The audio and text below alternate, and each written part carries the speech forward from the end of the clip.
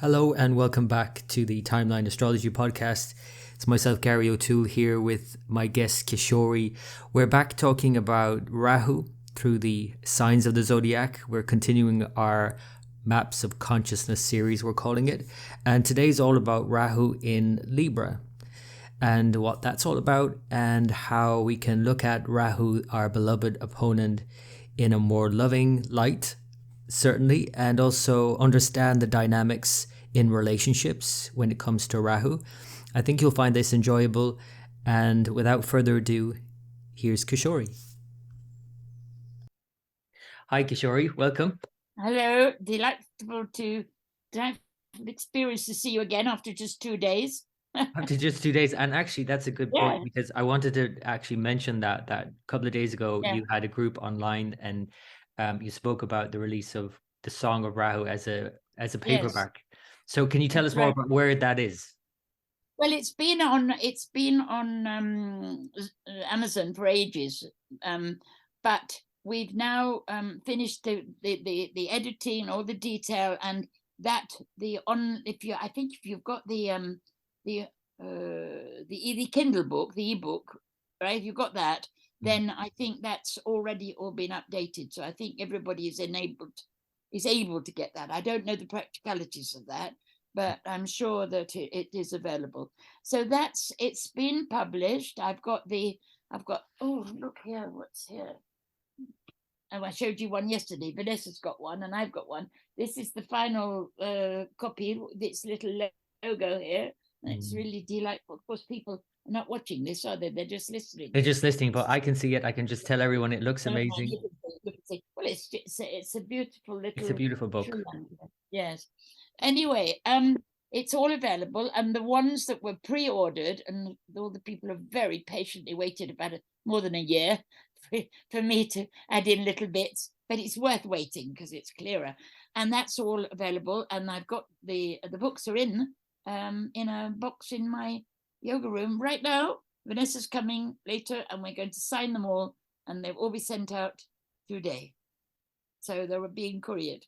Wow. So that's there, and there are a few copies left here for a few people locally who are not having it posted, who can get them from me. But after this week, I think it's going to be only on Amazon, and I don't know, unless somebody like you can twist my arm. You have access to people now and again, but I'm not going to be sending them out myself after this week. It's such a lot of work, really, already writing a book and publishing a book, and then the after kind of logistics of actually sending them out. It's a lot of work. It's okay. It's all out there. It's all available. And even the Kindle book has been tweaked and updated as well. So there we go, and it's exciting, and we're already on to the next one. There's a little free book coming as well, which will be very soon available to the people who bought the book. Oh, not even, I think anybody can have it if they sign up. And I'm finishing that off this week, so it should be very soon. That's more about the wholeness of what I call magic makeover, because it sounds a very strange word, magic makeover, but it's simply a phrase that I was given many years ago about describing the shift that's happening in consciousness, and magic only really refers to it's that the magical thing that happens when you get the punchline of a joke, when you realize we're not lacking in power. We are source, absolute source, through our filters and through our knowing of our life. And that as the power seeps back in holographically, and we acquire more and more, we expand more and more in our awareness, then the power to shift and revise everything is available. But not just because it pleases us to have a more comfortable and a more intelligent life, because it's true. And it's all, as I was telling you before we began, this is so that the one, and please, all of my words here are not gospel. They can't be, because I'm speaking in duality about something which doesn't have language. It's a different kind of language. It's so that the one could have relationship with anything. I used to ask years ago, why why this or why that about some kind of difficulty. And he said, so that there shall be nowhere ever that could possibly imagine where I am not.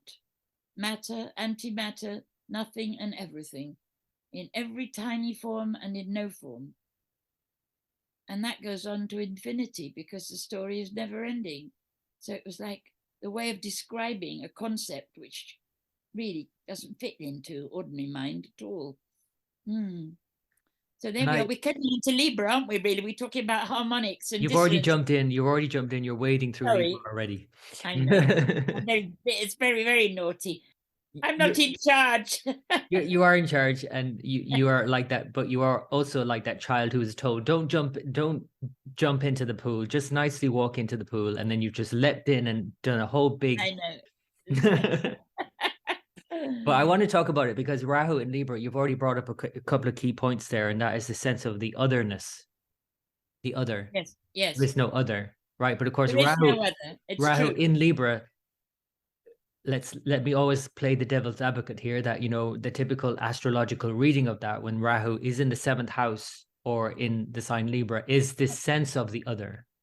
Can I say one little tiny thing that will tweak it easily? Yes. With the difference between using the word is and experience of. Experience is not isness. Experience is simply a pattern of drifting clouds. The minute you look at a cloud, it's already a different shape. And who was it talking? You, wasn't it? Yesterday or the day before, talking about dreams or memories. When you remember a memory, right, it's already different. It's like, and witnesses at an accident. Everybody has a different perception. And this is how we can say we each create entirely uniquely our life. And it's not that we create our life, we create the experience, because we hear our as our being, as source, as the unmodified, unconditioned, and as the tiny, unique little experience of each breath, each tiny movement. We're both. We're all of it, and we are. So we can never be completely outside time. Our being is outside time, but we have penetrated into this little snow globe, if you like. I describe it often as being like one of those little globes that you shake up to make the snow. Little story inside the globe, and we are both, and because it will never end. And somebody was talking yesterday about time and how when you're having experiences on a drug perhaps or a near-death experience, and it's like there isn't any time, everything's always happening at once, and it's really difficult to explain that except by perhaps saying it's like a camera obscura or a library. Everything's at once, but most of it is grayed out except what you're putting your attention on. So we can all be having our own unique experience of a similar event, and it will be all different because we're seeing it through our own lens, like I was talking about a fly's eye earlier on, Brings me to the thought about Rahu and Libra and this sense of trying to, with the mind only, get into someone else's head. Yes, well, it's not really. Obviously, yeah, but this is what we could say about Rahu and Libra, is that maybe an obsession about somebody. It's like, I want to know you. I want to get into you. I want to, that kind of obsession. Through the heart is the only way. And through the heart is a letting go to a certain extent of your own individualized experience. You have to be in the both at the once. If you want an ultimate relationship with your lover you have to go through the heart. Because in the heart you can experience, you can experience that person who gets up and leaves the coffee mugs all over the table and does, whatever it is, the ordinary everyday stuff. And you go, oh God, why I always got to clear. At the same time, there is total love in the heart, but you have to have the two, and it will be like turning up and down the lens of a camera, perhaps sometimes in experience, so that you narrow down. And if you narrow down when you're feeling irritable, or you bumped your toe against the bed as you get out in that morning or something, you're going to have a different experience to when you're all blissed out and it's a lovely summer day and you're going out for it's possible to just tweak it, which is why I say the minute you have any sense of irritation, even the minutest little thought or memory, you take it to the heart frequency. And one of the quickest ways to experience that is not to think about it, just to place your hand on your heart, on your body, and just take a breath. And all of a sudden, that language or that knowing, which is signs and smiles and colors and music, like Becca says in the poem, it starts to replace any little very narrow focus on the damage to the coffee table, the table, because they've got a coffee cup ring on it. You know what I mean? The little irritating things of every day. And also, as we train our neural pathways, those of us who are dedicated to allowing the expansion of the heart frequency to illumine the mind, you can apply this individual cleaning of your filters to the world events. So good sitting there looking at the news if you're going to go, we shouldn't have done that, shouldn't have done, because you don't get anywhere except to enhance the separation. That's a key point, because of course, if we look at the news these days and we look at what's going on in the world, apparently, and we're coming from that fragmented mind state, then obviously we're going to be looking at, oh, they did that, this is happening. Why did they do that? Yes, Why is this happening? Yes. And it's all of those little experiences of separative mind that hasn't actually practiced rooting in its true source, which is the heart. Mind is also a child of the heart, an expression of the heart. When it's rooted in its true soil, then it's really possible to go to the place of revision, which I talk about such a lot, revising any situation, revising your feeling or emotional reactive response to any situation in the world. And with communities like we're forging at the moment, I'm not saying just this one, but the ones that you and I separately and together are engaged in, then there is a sense of removing the experienced conflict.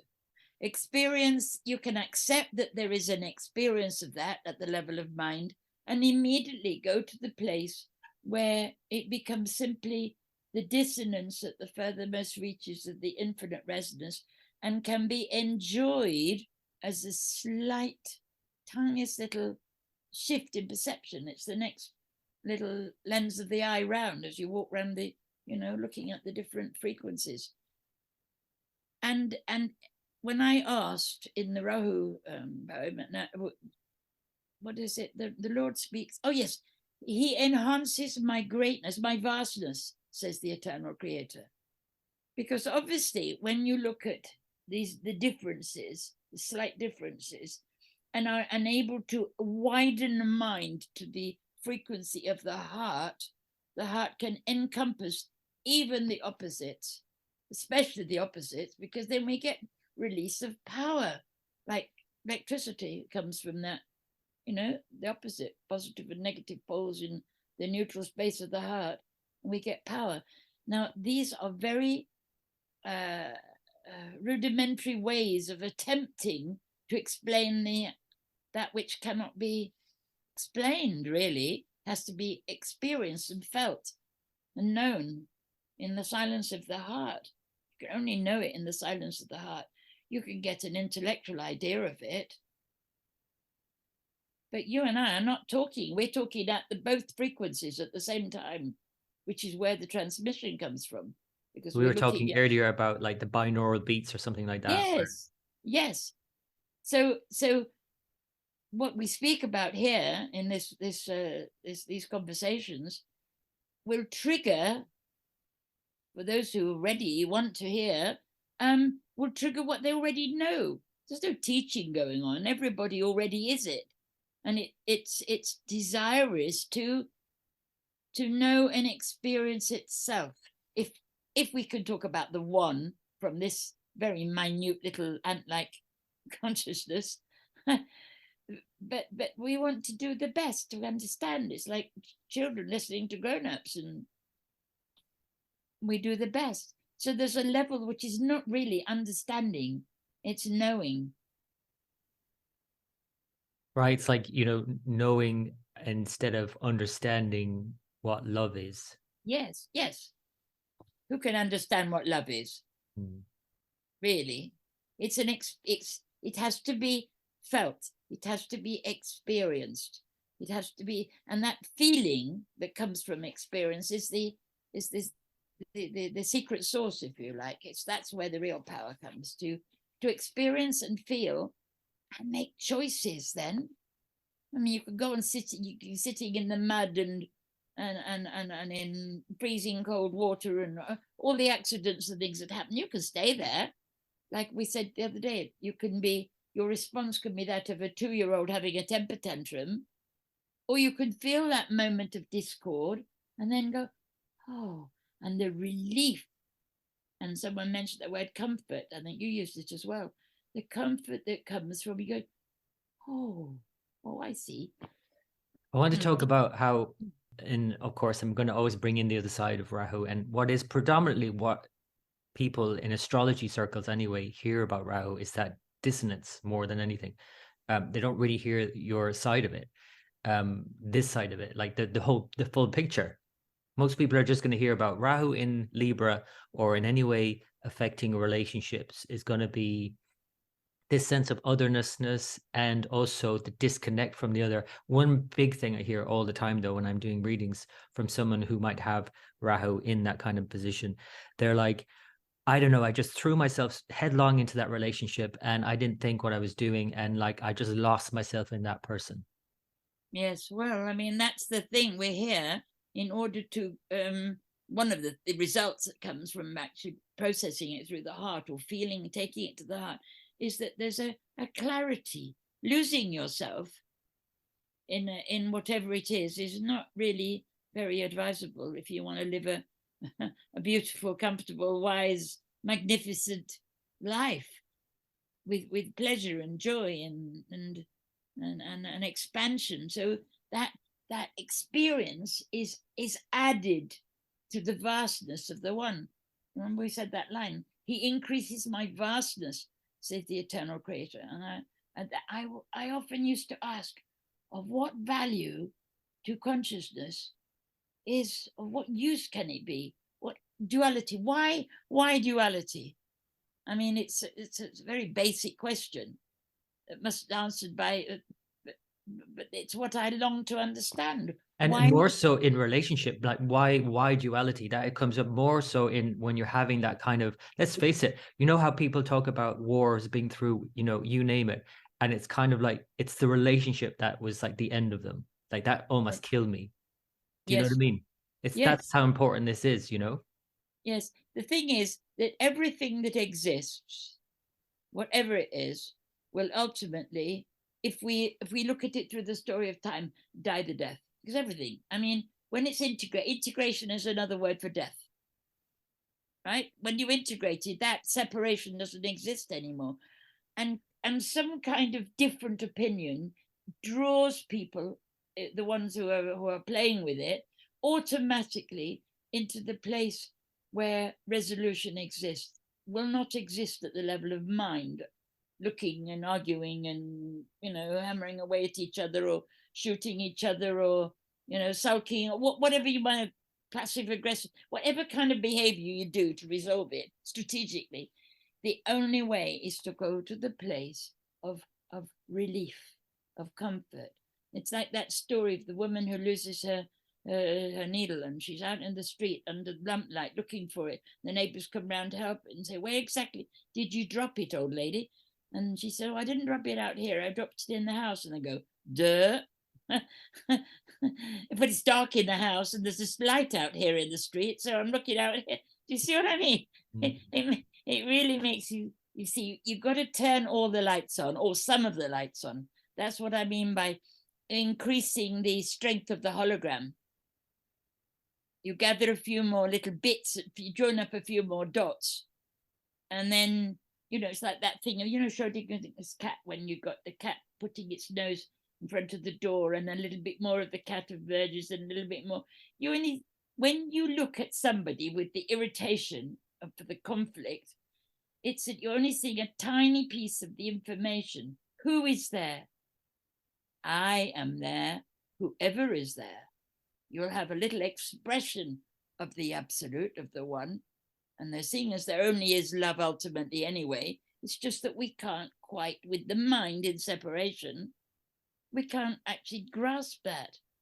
And when you haven't got all the details of the joke that someone's telling, the anticipation builds and builds and builds. Like orgasm. It's like they come, and we want that resolution. That's there's the person I married, and he was absolute, the most wonderful person in the world, and now look, he's become a monster. It's because more information comes out, and sometimes the information is shadowy, and because it's experience. But every little tiny breath has to be allowed, brought in, has to be accepted, brought into consciousness. And when it creates that disturbance, it calls to an ever deeper surrender, which is an expansion of love. It's almost if the one, it's like a little, I always look at the little snowdrop pushing its way through the snow. And, it's like, what a journey, little tiny fragile snowdrop. And there's this great blanket of snow, and yet it manages to somehow. And that is how the fragility of the beauty of a relationship. It's so fragile. And in a moment, that person can become the beast, like in the story of Beauty and the Beast. That person can be the last person, especially in a real deep love affair, can become absolutely impossible. How on earth was I ever deceived to marry some? Then we start labeling us a psychopath, that's a narcissist. That's okay. That frequency that's being experienced, but it will only be experienced by somebody who's got a receptor to experience it, and that other person will not have that receptor and be experiencing the most wonderful person in the world. You're making such an important point where I want to share now my own personal experience around this Rahu character. You know how we both have, and you said it's okay to share that we both had because just it's finished. not personal. I'll have to interrupt for a second. None of it. It's deeply personal, and yet it's totally impersonal. So that's what I get a sense of more than anything now, because I'll just say that we both have whatever level, because there are many levels of these, what are called these dashas, they call in India, these circumstances based on our experience through life, and these chapters in a way in our life. And I have come to at the end of a very long Rahu period chapter, like a whole new book now, literally a couple of days ago. And likewise you have, and literally on the same day we both finished our Rahu dashas, our period of Rahu, which is unbelievable. It's just amazing, right? Well, it is amazing, but it's that place of what people call synchronicity or resonance, and we are cutting edge, exploring reality. What we're doing, what we're playing with, is extraordinary. But we are the one playing itself, its own game. But we're also little individuals having fun and going, wow, what a game. What a game, what a game. No, but I wanted to say, because that is fascinating, but what I wanted to say is that, as you mentioned before we started recording, that I have obviously had some awareness of Rahu before I even entered it, like, the astrology side of it, right? So I was going in with my eyes wide open as much as I could, right? But it wasn't until about halfway through it, which is basically like 9 years or so, it's like 18 years in total, that I started to recognize what you're talking to now, where I started to recognize a pattern where the other, whatever event, experience, or person was pushing my buttons. And I started to recognize the pattern. I was like, oh, wait a minute. Obviously that's me. That's me. I'm going to have to actually look at it in myself. That's me. I keep inviting this in. What is it in me? And once I started doing that, it started to change. So I just wanted to share that. Like, there definitely has been, it was challenging initially, especially where it was always this other, like really pushing me, like really pushing my boundaries and that's how I would have phrased it before. Yes. But then when I recognize, actually, no, that I am pushing my boundary.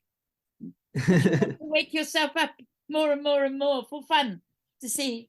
Do you know what? One of the names I was given loads and loads of names over my lifetime was Miranda, what got to be many years ago that my children were. I don't know. It must have been in the Rahu Dasha, but it's disappeared. A lot of the edges in me have blurred. I can't quite remember when was when because it's all happening at the same time. But Miranda was a child born blind, and Hermes said to me when I first met him, and he said, when I said, "Oh, who are you?" And he said, "I know who I am. Do you know yet?" And then he listed about a dozen of my names, and one of the ones was Miranda, the child born blind. And a lot of this game, this exploration, I have done blind. I didn't know what I was doing, and yet somehow there's a thread that did know, but my mind didn't know.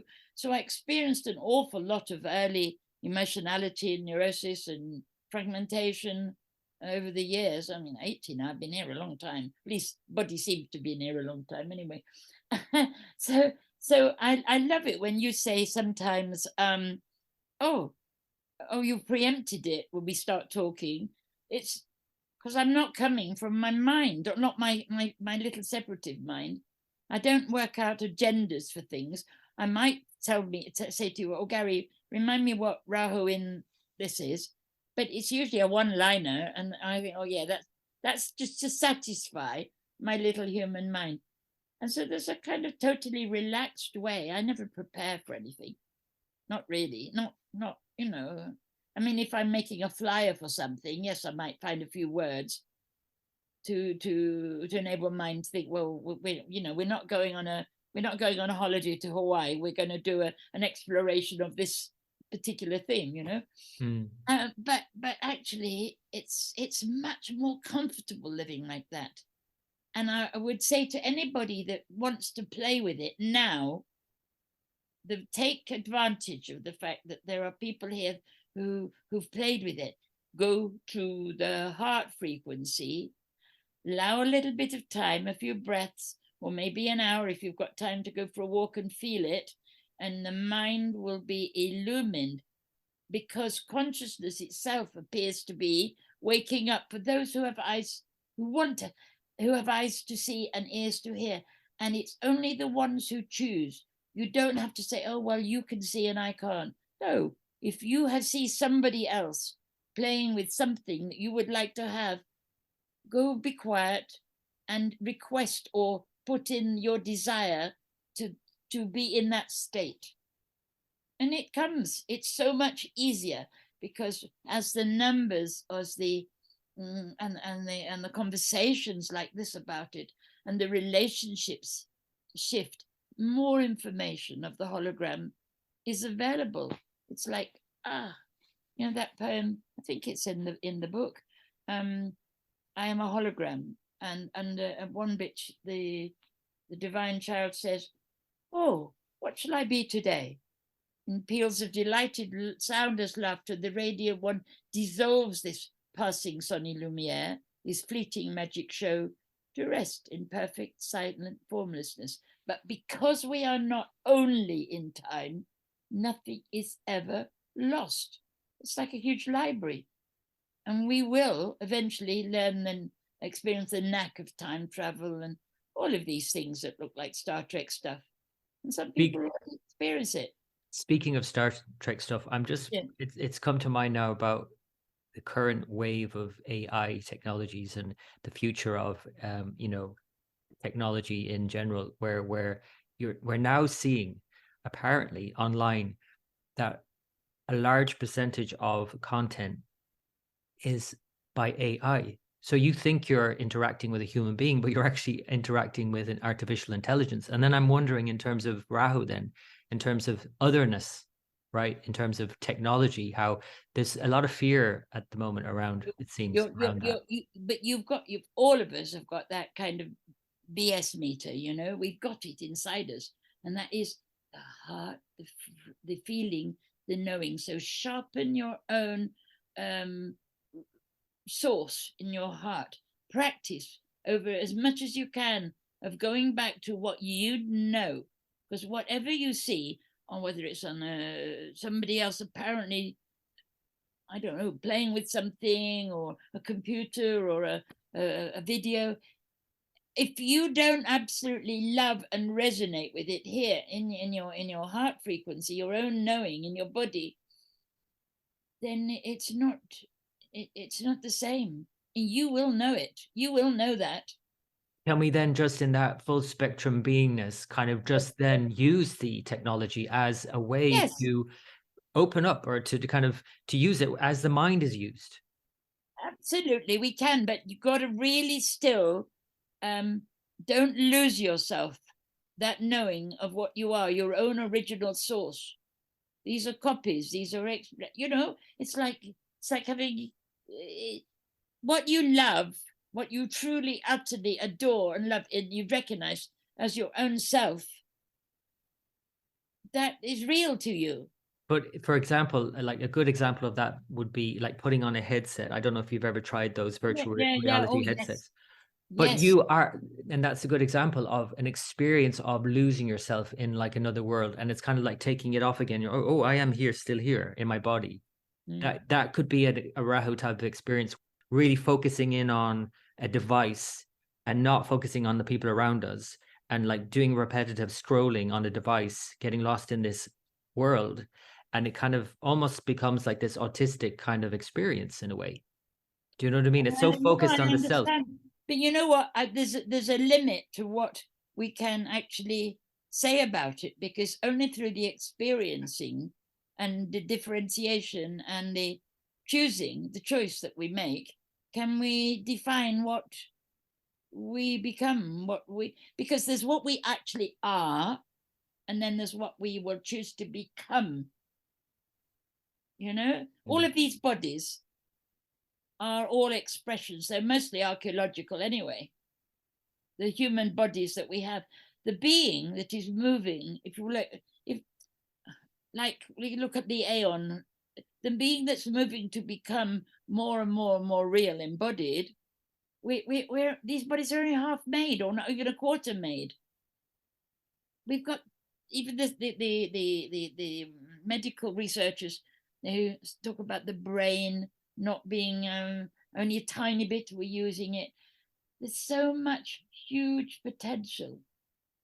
So it's really incumbent upon every individual to recognize more and more what they are and come from their own knowing, to refine and to clean the filters and to recognize, that's my original source, that I love. I can recognize myself in it. And if you don't recognize yourself fully and root in the heart and embodied, then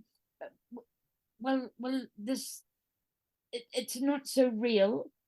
But I can't even begin to speak about it, because how am I to second guess what the absolute is playing at?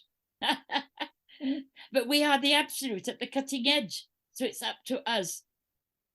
It seems to me though, because what I'm thinking of while you're speaking is this sort of sense of in the world, it's like almost like just the sense of dissonance seems to be increasing. This sense of divisiveness, in the world, it's this split. It's this, and people talk about it in terms of, a globalist movement versus a nationalist movement, whatever it might be you want to label it. But it's kind of like it seems to be there's a greater and greater split going on. That's what's apparently happening. It's emerging for where it always potentially was there. And what we're experiencing is the extrapolation, the outpicturing of this, the fragmentation in the consciousness. Any one of us, if you want to say like a Buddha or a Christ, the field that radiates from that, even that concept, what that field is like, each one of us is creating a whole new universe arises from the seeds of what we choose. The I that's embodied here as Jeanette, I'm aware it's this universe is going, and like God seeds, if you like, each of us. And so it's more and more the prerogative to know, to love, to choose what kind of expression am I bringing into not this world, but my world, not my the ego word, but my the individualized expression of consciousness. So I know that each of us it's completely unique, and the pleasure is, for me anyway, is meeting a few other beings who know that they are beings, even if not fully, like meeting someone like Gary or a few other people I know, and it's like the tide is rising. And so it's not about going back into being a soup.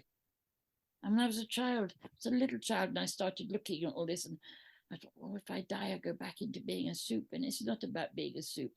Once you're differentiated, once that's been experienced in space-time, and this, my sense is that I'll be writing about this more later, what the one is looking for is to create, it's like infinite numbers of universes, infinite. I remember watching once in a dream many, many years ago, and there were great machines and things out in space and churning out little balls like planets. And I went, oh my God. And the voice came and it said, oh, don't worry, it's okay. They're all in different dimensions anyway. They're not gonna, I think they're all gonna fill up all the space, these great planets. And I'm sitting there looking at this dream. It was incredible, like, endless planets being churned out of the machines. It just seems to me that because what it makes sense, so much sense, obviously, that you don't want to become soup, but at the same time, it seems to be like being on the cutting edge. That there is that falling off the other side where you become so differentiated. Yeah, but you're not only the becoming, you're the being as well. You're a source. Mm. So it's up for us to we honestly, Gary, we're such a cutting edge. It's almost impossible to talk about it. But we are in that pleasure of discovering what we are and it goes to infinity. So anything that could possibly be imagined is there. All of these little dissonances, let's call them, I call them Rahu moments, little splits. They are it's like a default, like a fault line in the earth, and then the plate slipped, and then you've got the possibility in that moment of going to the heart and choosing an alternate timeline for that moment, and that goes on to infinity. The more you bring a little fault line into the heart frequency, you've got the choice of letting that conflict continue, and maybe it's only a little bit, but at least all I can be in charge of is this little bit that I'm doing. But when I see it in somebody else, what I am able to do, and I do now, is I lift the frequency. And it's up to the individual what they do, but I will see their being. It's almost like an ET finger touching their heart, so that being in some way is reminded. It's a little service. It's not, I don't go out and join a march or anything. It's just acknowledging, recognizing my perception of that person. I can hold that person in conflict in my mind, in my judgment, or I can lift them into the state of freedom. And if that person is ready, or that individual is ready, it will flip into being a different possibility. That's how we're removing the conflict. That's how we play it, removing the conflict from the world. When you think about what's going on in the world right now and how important that is, when we think about how important that is, it's becoming, even in the earth. You can see what's happening with all the earthquakes recently, splitting. That's right. So it's incumbent, or it's a privilege, whichever way you want to look at it, for anybody that is even listening to what we're talking about, to know that they are the power, they have the Shakti, and they are the power to lift at that moment, to recognize the oneness, the heart, let's call it the heart frequency. And by being that Jupiterian or that fairy godmother energy, just to lift that situation, instead of continuing the conflict in your mind, in your awareness, in your choice, go, oh, and it's the allowing. So this is why I talk so much about revision.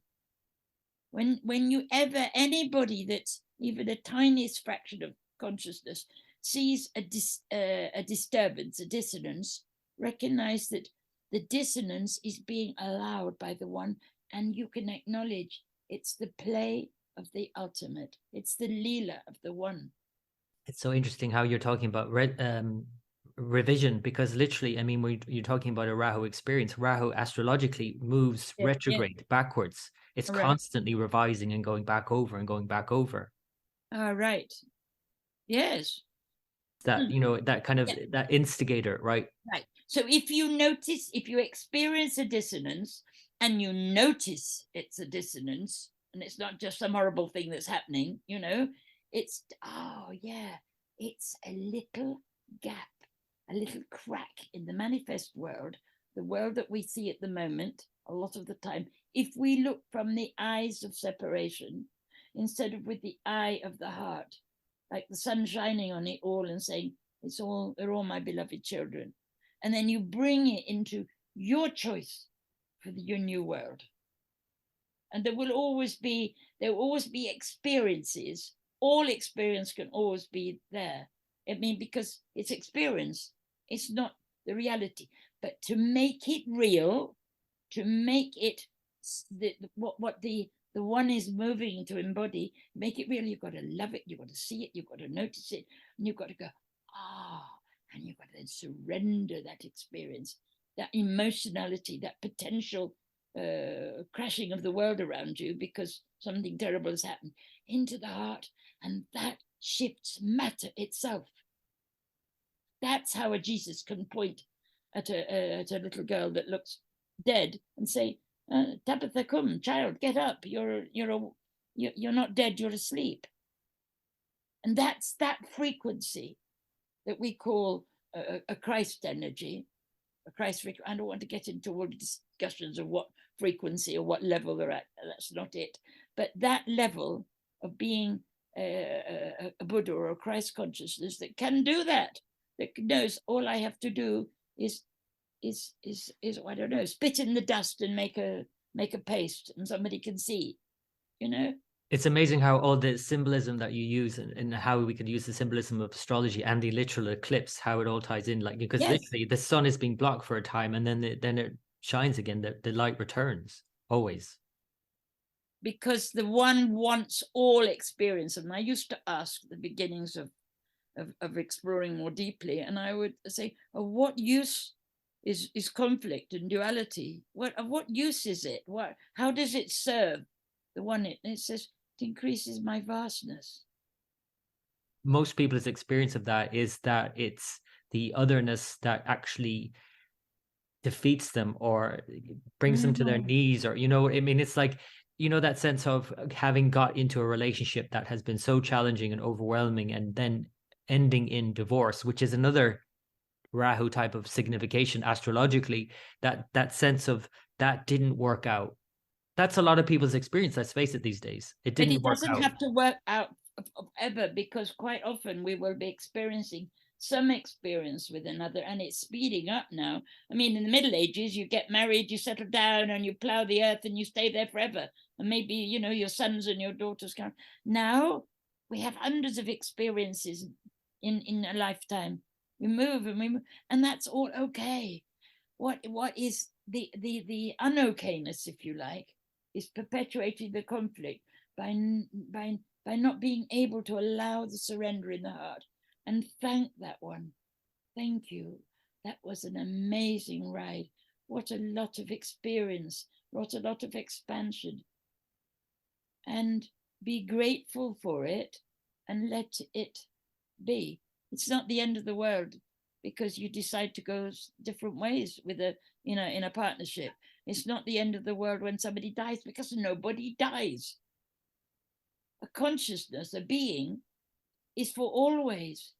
We are temporarily penetrating a little snow globe of matter, time, space, to have experience.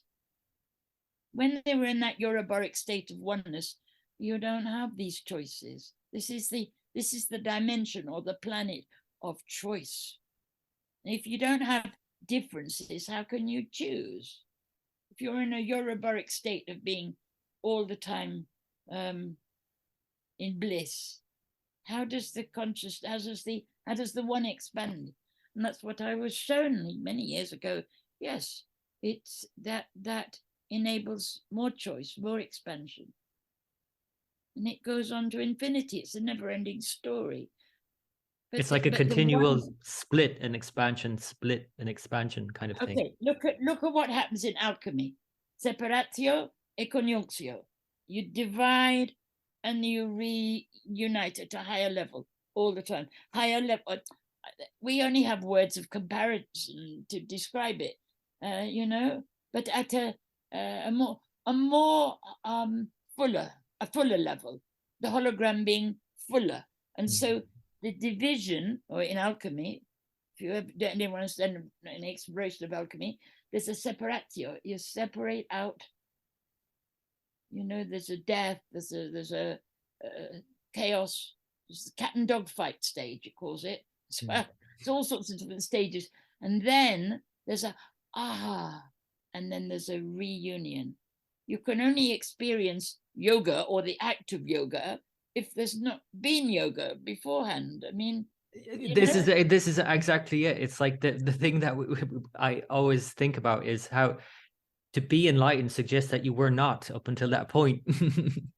There's a difference. Remember what I said at the beginning: experience or isness. Experience. So the outer circumstance. This is what we talk about object referral or subject referral. There's only you. You're the only one. And obviously, to someone in looking at all the myriads of people there are, of course, there's others. There's an experience of otherness. There is no other, but definitely there is experience of otherness. Just like there's an experience of being asleep and then waking up. Yes. They're just different states. Yes. And look at you now, the you that you know yourself to be now, and look at yourself, say, 30 years ago. Wow. What did we know? I know every day. There's huge new clarity every morning, when I wake up or I encounter something in the day, and it's like, wow. I mean, years ago I said, oh yeah, I wanted to know how it all worked, and I feel satisfied now. No, I mean, I don't feel satisfied, but there's huge fields and eternities. But as you say as well, we are only bungee jumping into this existence. So Yes. there is also the sense of 30 years ago, 50 years ago, of the me looking out behind my eyes. That hasn't changed. That's the witness, or the one that's looking, that's all the same. But there's much. The field is bigger. It seems is more expanded and it goes on for infinity. If anyone ever feels disturbed by the thought of death, we are moving as consciousness to finding different ways of describing the act of not having this kind of a body and a different kind of body. For a long time there'll be some form of embodiment, but death is not at all what people experience. I've lost my husband, or you're not lost anything. You are, I don't know. I'm not talking about from just, I don't know, information, but practically, when I started my retreat center, that's got to be a long time ago now, but it's sometime in the maybe late 80s or 90s, the last century. And all the people for a long time that came to see me were people who could not communicate in the ordinary way. Either their partner was dying or was dead, or child was dying or died, or somebody was autistic, had an autistic child, or somebody who had some friend or partner in a coma. And I was shown from within, doing sessions, tell them to join Heart Stars. And I go, what's that? Well, spent a lifetime understanding heart communication, which is what the purpose of the magic makeover thing is, to be able to communicate at the heart at the same time as experiencing all the different shades of color. as experience. That's what we're in the snow globe for. It was like I had all the people for a couple of years who came, and I learned. I thought I was doing regression or something at the beginning, but people would come and say things like, "Well, oh, Jesus showed me how to do that last week," and I go, "What?" But bit by bit, I've learned. So what I'm speaking about is coming always from experience, because I don't remember half of what I've read about or studied. Occasionally I'll remember something that struck me, poetry or something, but it's coming directly from my own fascination, my own love of what there is. Even the things which go wrong now, I've learned the knack of being able to go through that little split, that little crack, and find another whole world in there. Every time you have a Rahu moment, you have access to a whole new scene, a new reality. So it goes on infinitely. And when you think about, there's just infinite expansion and relationship after relationship, and even with the same person, it's like a different view, a different angle each time. Yes, because you just think of our own partners, and you think of every little time there's a little bit of grit in the oyster, there's a chance, an opportunity for growing and allowing a new pearl. And Jesus talks about the pearl of great price, where you've got millions and billions of pearls of potential. So when you, even a momentary judgment, as like the Great Way says, judge not lest you be judged. What is it? Make the smallest distinction, however, and heaven and earth are set forever apart. Our judgment, the way we look at somebody, if we look with the eyes of separation, we set that person in that mold forever, in that. But if we can surrender it into the heart, a whole new potential and whole glorious world of abundance and frequency and the yogic flowers of the heart, Dharma, Artha, Kama, and Moksha, purpose and all the good things, and pleasure and freedom, which are all flowers, fruit of being in this dimension and being able to play full spectrum.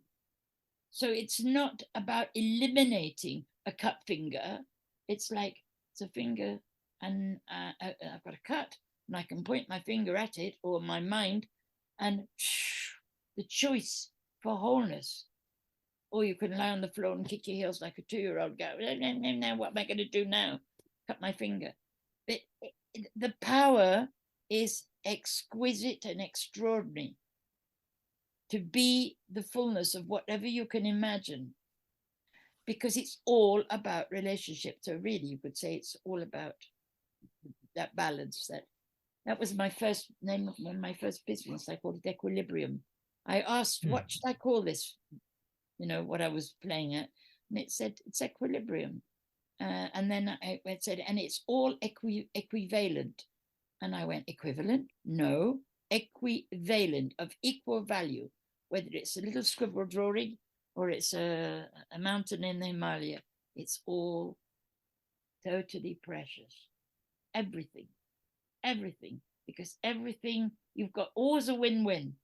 You've got a little Rahu moment where you can see a little split in the manifest world, a crack, and it opens up into something glorious, because the surrender from something which seems unbearable, to feel the separation from the one that you've loved totally the day before, and what? The surrender produces waves and waves of bliss. And it doesn't mean accommodating or accepting ever, but that cannot be understood from these words. It's by playing with it and see the surrender of the heart to its purity and goodness, by moving to what dissonance in relationship. I wish I must look into binaural beats and see what they say they're doing, because I don't. It's just two beats or frequencies that are slightly off kilter, and then it creates this kind of resonance or harmony. Then I know, but I want to know the people who play with it, what the description of what they say it does, I mean, I know the effect, but I like. It's literally just brings you into a harmonious state, so you can like bring yourself into any kind of even brain frequency Yes, based on these binaural beats. Like, you know, they talk about like the yeah, yeah, alpha, yeah. theta, delta, and all of that. Okay, so it's the same as what I'm talking about. It's all out. It's all fractals of fractals of fractals. You know, It's every all time magic. I my mind, because you know, you obviously you say this like yes, but whatever, yes, but there is, because there's some yes buts that are percolating up to the surface, but then as soon as they come up, they're like, oh yeah, poof, it's like gone. Like it's like doesn't what does it matter in the context of what you're talking about, really? Yes. I could bring up a lot of yes buts. And when you put your attention from the heart on the yes but, and you bring it to that, it goes, wow. And the surrender is one benefit. The other is clarity. The mind becomes illumined. I asked a question of somebody, I don't know, in a group, and I thought, I better delete that because I know the answer immediately I ask. It's fun. It's But fun. yeah, but that's, I find that experience a lot myself as well. As soon as I've asked the question, it's like, oh yeah, okay, the asking is the answering. The answer is always in the question. And look at the relief that comes as you actually have given yourself that experience over the years, which you didn't know at the beginning. None of us know when we begin to ask, Mm-mm. Mummy, please, what's that? What's that mean? And You know. I'm kind of almost thinking in a way of like, you know, obviously because we're doing a podcast, so it's like, you know, oh, maybe I should come up with some yes buts. But at the end of the day, it's like that also makes me think about how when you talk about it's all just for the play, it's just for the It's all the exploration. game. It's all a game. Yes, Rahu expands my vastness, says the eternal creator. Of course, the cracks. If you have a little crack, you slip through, and there's a whole new dimension there. Can I maybe ask one thing though, because this is Yes, kind of yes. something that's been percolating for since we started talking. Because before we started recording, you used that line in from the poem about the snake feeding on the mother's Oh breast. yes, Mm. yes, Can yes. we talk about that in relation to, because even the imagery of that, the mother and the snake, the mother, and the difference between like a mother relationship with their child and an adult with another adult, like consenting adults. Like, you know what I'm saying? It's like, you know how adults get into this then, where it's like, you know, I'm going to give you something, you better give me something back. Yes, yes, yes. Well, that's just the contract at the ordinary surface level. At the deeper level, we have to admit that mind has to fall on its knees because it doesn't always know. But in that moment of surrender, illumination comes. But let's go back to that sentence, because when I first wrote it, I really could not begin to even explain. Okay, so Rahu is a poisonous snake feeding at the breast of the mother. Let's talk about the mother as being source or the divine mother, which is all form. And if we honor the moment of Rahu, let's say the person of Rahu, this is all imagery, because it's not actually like that. That Rahu isn't actually a person, causing your business to fail and go bankrupt just at the moment when you're about to expand. Anyway, it's a frequency. When you know how to, or you have practiced the art of surrender to the heart, Rahu becomes the divine shepherd and leads you beyond having to experience a lot of the horror or the difficulties. You are able to transcend them. You don't need them, because if you just go, oh, and you let yourself fall through the crack, it's matter itself, it disappears. So the divine mother is here giving birth to everything, and it proliferates. So she will treasure the snake. Look how the rishis, or what is it, the gods, didn't just chuck Vasuki on the rubbish heap because he was cutting off.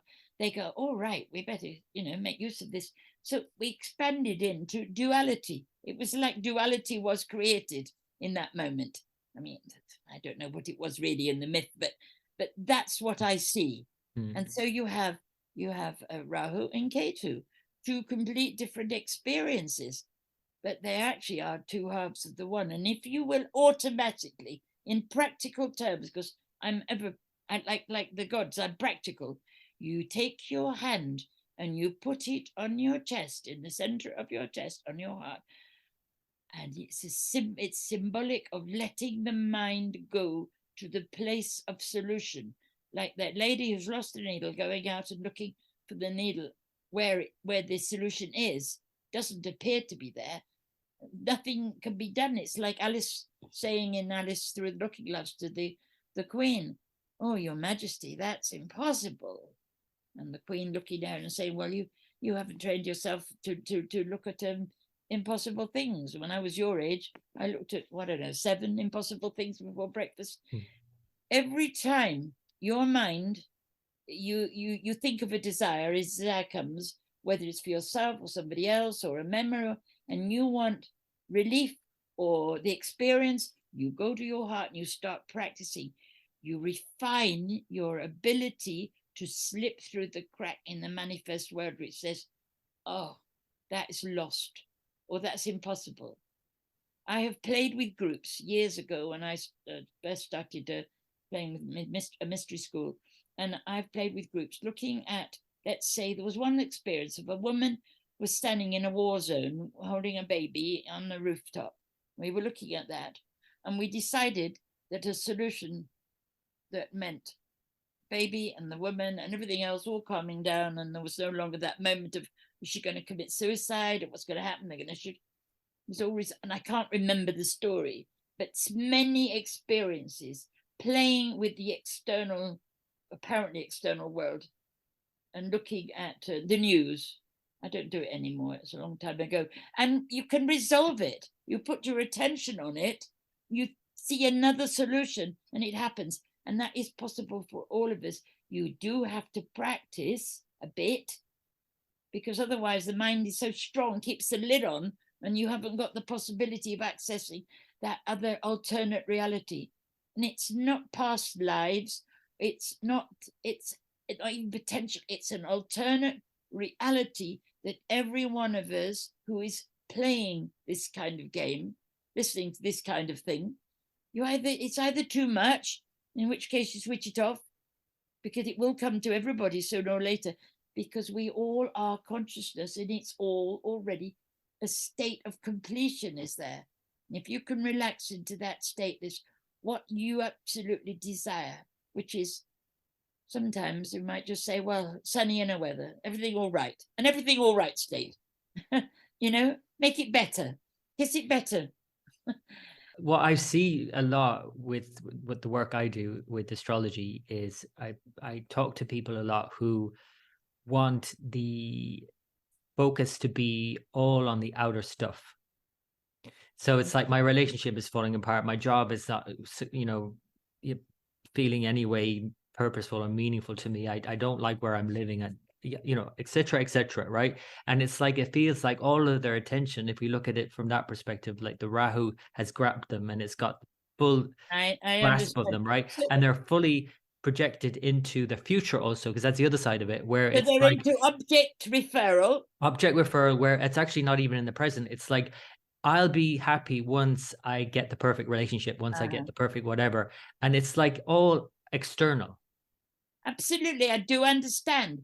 But a way of cutting through the Gordian knot is to just train people in the simplicity of knowing, for every solution, even if they don't know it in their mind, every situation, however drastic it might be, has this solution. Go to where the solution can become a reality, can be in an alternate reality.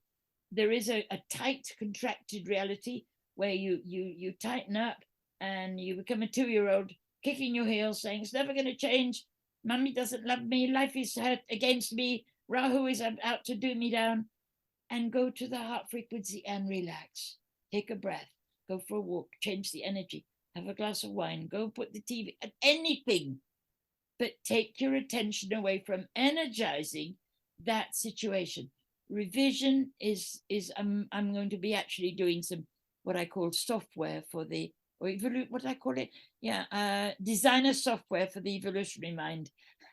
That's what the new freebie little book Mhm. that we'll be giving away.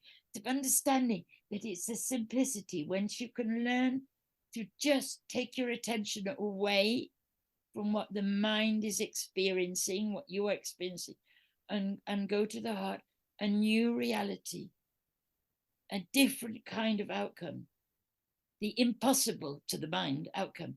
Remember I told you about that day I drove my car right through an oncoming car. I don't know, I closed my eyes. I can't even tell you what I thought. It was so quick. And I opened my eyes and the car is on the other side driving away. I've had many epiphanies like that in my life before I understood what was going on. You see? But there's a yes but brewing up now, and I do have to kind of address it because again, I know that ultimately it's not it, but it's like it is the thing that a lot of people, like most people in relationship, are going to experience, where it's that experience of the other, where the other is so, it's like if you dream of the perfect partner, the perfect relationship would be whatever you could imagine, right? At any given time. And then you meet somebody and then you can get into a relationship. And then it's like heaven becomes hell, right? Pretty quickly, right? A few years down the line, and then you hate them or whatever it is, right? And then it's like they are them, and it's like they're so obviously them, right? So it's all about them and it's their fault. And he does this and she does this, right? Can you at least Yes, I can like talk to that, like in terms of, I will. obviously it always goes back to the heart, but in that instance where you're looking at, you cannot find anything at all that's redeeming about the person. You have to know, and it's really important. I'm about to start this preparation for relationship, and that time to do it when it's long before that intensity comes to a greater or a lesser degree, whether it's just complaining about coffee cups making a stain on precious table, or it's axe murderers killing each other off. There's all sorts of variations in that, in that continuum, and the thing is, it's all inside. But the way to start playing with it is one of the little courses that I run, is awakening the beloved in every one of the temples of the body. There's the 7 energy frequencies. So you go to the base temple, the base chakra. And if you walk inside there, it's like you can open up into a cave, and it's an old cellar, and you can have a very simple experience of meeting the contrasexual archetype, whether it's a gay relationship or we've all got the masculine feminine balance, which have nothing to do with whether it's a male body or a female body. It's just that those 2 frequencies, and you can be the priest and the priestess in there, and there's a whole story goes on, a revision of it. And when you awaken to realize that you are transmitting from your own transmitter receiver, body mind, you are transmitting what you want to experience, and that is really needs to be known before you get into relationship. It's coming from you. You've got 2 little cells. If you look at your body right now in your mind's eye, anybody listening, and you've got all these cells, hundreds and millions and billions of cells in the body, and they all come from that original merging, that nuclear fusion of a cell from a masculine body, male body, and a cell from a female body. It's a female energy and a male energy, and they merge, and all the other cells come from the division of that original. This is just a story in time, right? And that, with the genetic inheritance, the frequencies that the parents have experienced, and the ancestral, there's a lot of experiencing. So Atma Vichara, or self-inquiry of what this is, what you are ultimately, your true identity, consciousness, and all of the little splits of you can imagine all the endless relationships that the ancestors had, or you can just look at what you have synthesized in this body right now. But whatever it is, you are transmitting an experience or desire, you are transmitting, and that movie is what you will get back until, or as you awaken, there's a softening and an ability to manage it. It's a different way of looking at it, but I call it awakening to the beloved in the energy centers. And you are, whether you are transmitting consciously, harmony from each one of the temples. There's the earth temple, and then there's the water temple, and then there's the solar plexus, fire, and then so each one of the elements you are transmitting. I mean, I'm explaining a little bit of some of the stuff that I play with. It's a lot, and I haven't got time to explain all this. And we're talking about astrology here, but that is so helpful. And I work with so many clients to do that. Now, there's a danger that comes. You think it's all resolved. And I always say to them, when you've got to a certain level of a few months playing with this, and you will automatically attract either an upgrade in the partner you have or a new partner. Don't fall in and lose yourself, because otherwise the last state is worse than the first, because then you've thought you found it. And if you start then to see the other as in object referral, you enjoy the presence, you enjoy the body, you enjoy the fun, the laughter, the games, and the sense of relief and satisfaction and comfort, and all the sexual and stuff, and all of it is fine. But you are the point at which it arises. And your clarity of what you are, who you are, what you're transmitting through your embodiment, all of that is possible to resolve. That is like so important a point as well. Astrologically, there is literally a way in the astrology chart where we can read each relationship through the elements. It like actually progresses through the elements, all the different elements. So it's like each major milestone relationship in a person's life in their chart is in the person's chart. You're literally reading all of the different people in that one person's chart. So it's like in them. You can literally do it. So that's literally, there's no question about it then. It's not just about this concept of the other is you. You can literally do it like with the chart. Exactly. And the other is the mirror, where it's out pictured.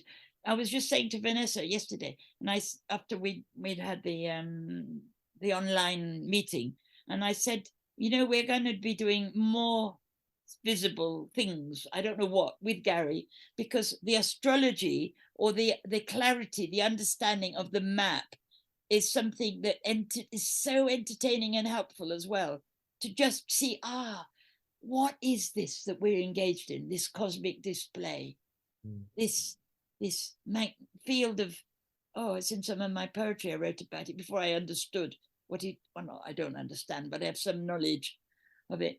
It's a huge magnetic cosmic display, mystery of time and space, what quantum reality really is.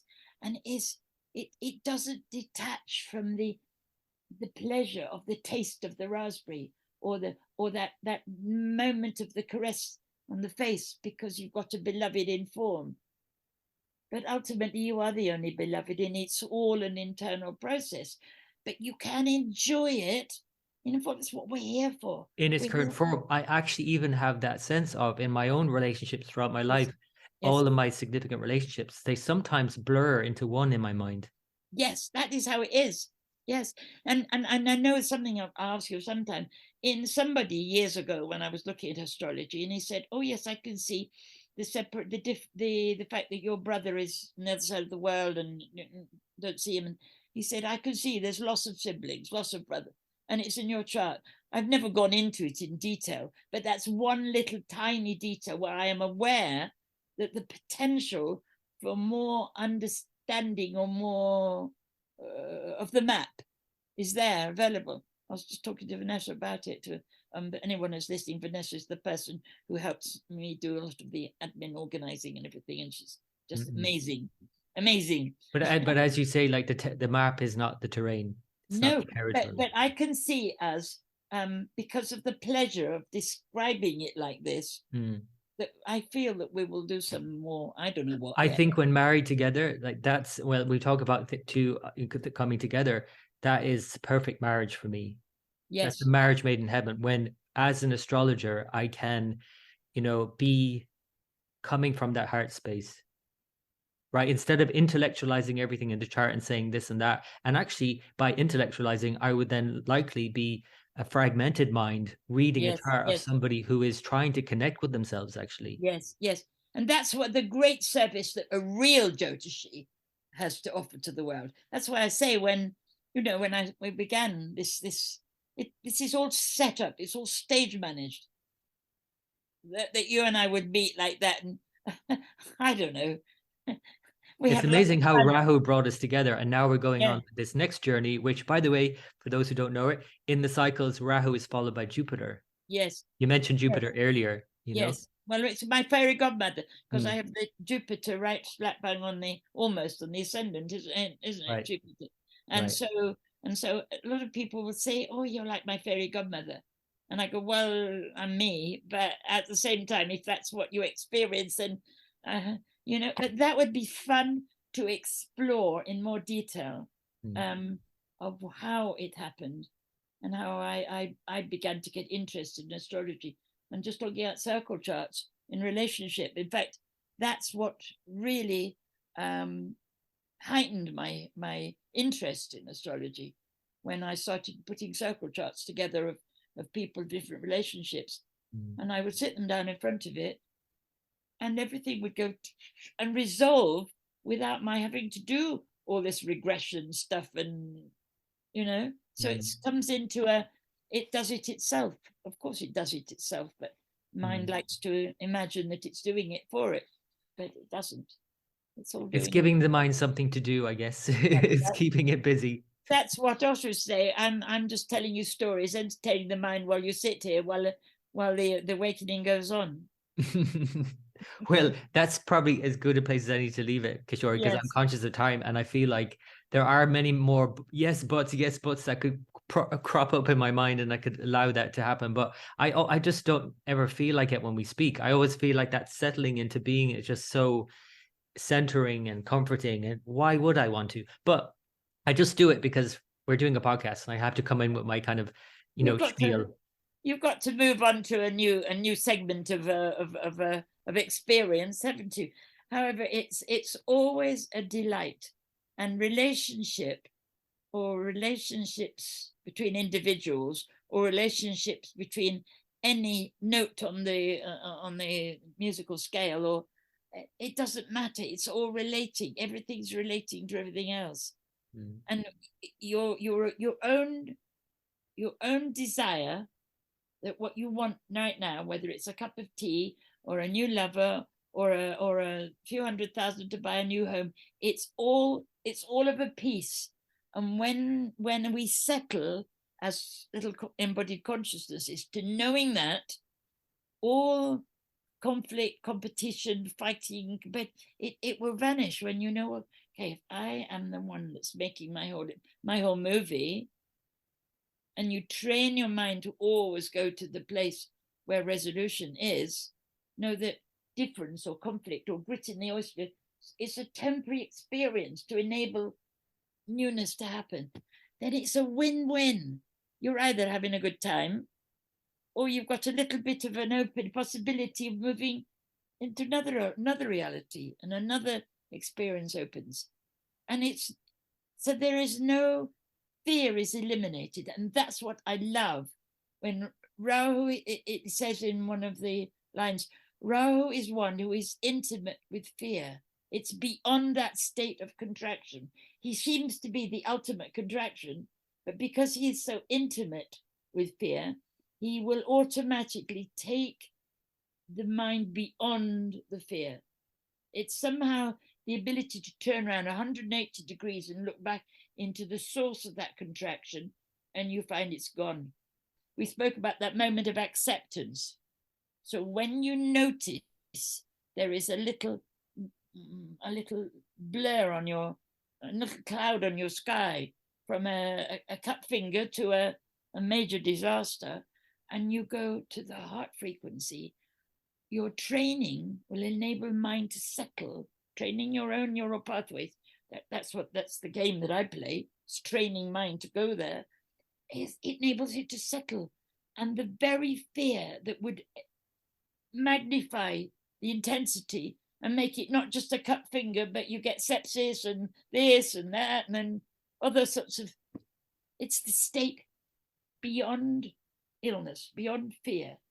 The Savaragahara chakra, that last stage in the Sri Yantra, it takes you beyond illness, beyond any. It's just they don't compute, they don't exist. It's not just they're mended in the heart frequency, they don't exist there. All it exists is when you get a Rahu moment, it's a possibility of opening up. And as if you know this as an astrologer in your own embodiment, you transmit it. So all the people coming to have readings from you are automatic. Oh, click, click, click, click. They're done.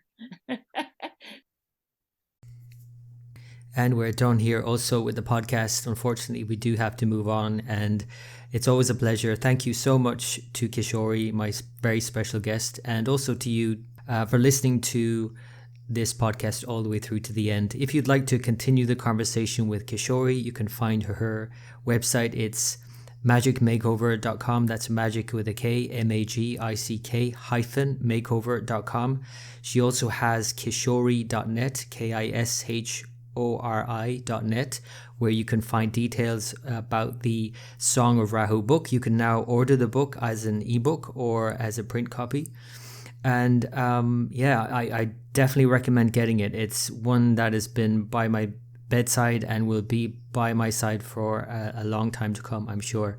It's a great book just to open and flip through and just dive in at any point. My own website is timelineastrology.com. You can find me there or at patreon.com/timelineastrology. I write daily reports for patrons. So if you'd like to go more in depth with the astrology, you can go to either of those.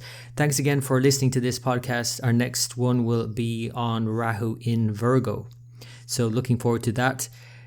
Hope you enjoy that. Until next time.